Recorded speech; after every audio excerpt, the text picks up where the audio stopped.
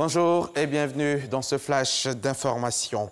L'élection présidentielle ivoirienne 2020 aura lieu le 31 octobre prochain. Ce samedi, le RHDP, Rassemblement des oufouettistes pour la démocratie et la paix, investit son candidat.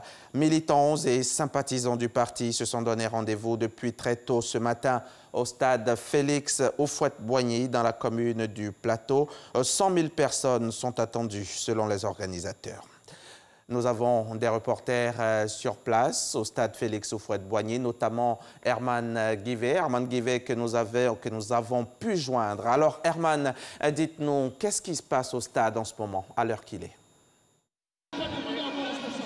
Bonjour Hamza Diaby, nous sommes ici dans l'enceinte du stade Félix Houphouët-Boigny. Comme vous pouvez certainement l'apercevoir en arrière-plan, une des tribunes latérales du stade Félix Houphouët-Boigny qui affiche complet.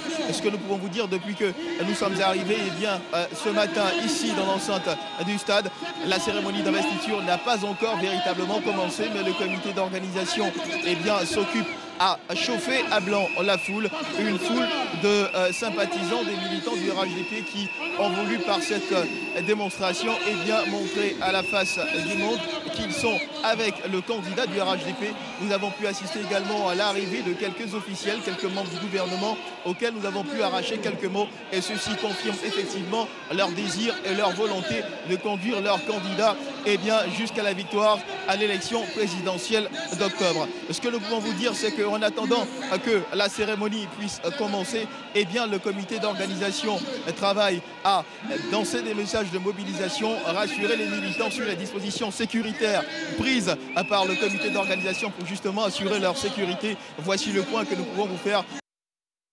Merci Herman Guivet. Et avant le démarrage effectif de la cérémonie, nos reporters ont pu tendre le micro à quelques responsables du RHDP. Je vous propose de les écouter. Ce sont Albert Flindé et Kobenan Kwasi Adjoumadi.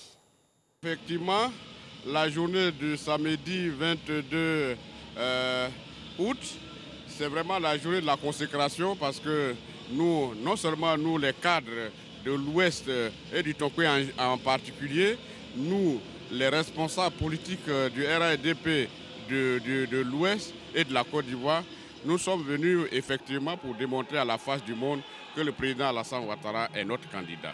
Et donc c'est cette concrétisation-là que nous sommes en train, à laquelle nous venons participer aujourd'hui.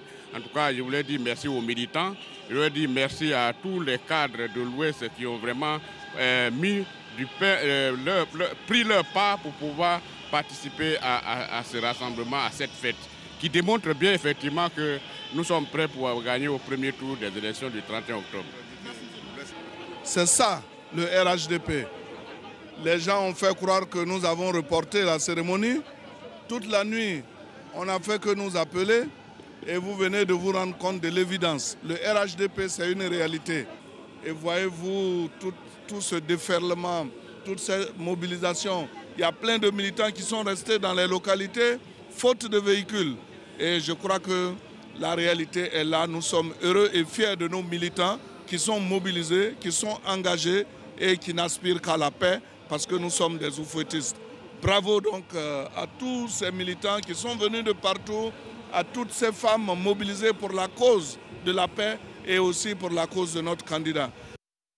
La journée d'hier, 21 août, marquait le premier vendredi de la toute nouvelle année musulmane. Depuis la veille, 20 août, l'année islamique est passée de l'an 1441 à l'an 1442 Hégire. Hier donc, le Premier ministre Ahmed Bakayoko a tenu à faire la prière de vendredi aux côtés des populations dans une mosquée d'Abobo, commune dont il est le premier magistrat. Des prières ont été adressées à Dieu pour la paix, la stabilité et pour des élections apaisées en Côte d'Ivoire. C'est une annonce porteuse d'espoir en Libye. Le gouvernement d'Union nationale et le Parlement de Tobrouk, les deux autorités rivales dans le pays, annonce un cessez-le-feu et une organisation d'élections. Fayez Al-Sarraj, le chef du conseil présidentiel du gouvernement d'Union nationale, basé à Tripoli et reconnu par les Nations unies, a ordonné un cessez-le-feu immédiat.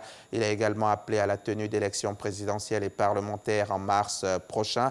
De son côté, Aguila Saleh, le président du Parlement de l'Est, a lui annoncé des élections, mais sans avancée de date. La Californie est encore une fois dévastée par des centaines d'incendies de forêt. Déjà 5 morts et 120 000 personnes évacuées. 500 maisons ont été détruites, 300 000 hectares partis en fumée et 12 000 pompiers ont été déployés. La Californie a mobilisé tous ses moyens, mais c'est insuffisant selon son gouverneur. Ces incendies sont toujours hors de contrôle dans le nord de l'État. Donald Trump, lui, accuse la Californie de ne pas assez nettoyer ses forêts. Fin de ce flash. Merci de l'avoir suivi. Je vous retrouve tout à l'heure à 13h pour le point complet de l'actualité.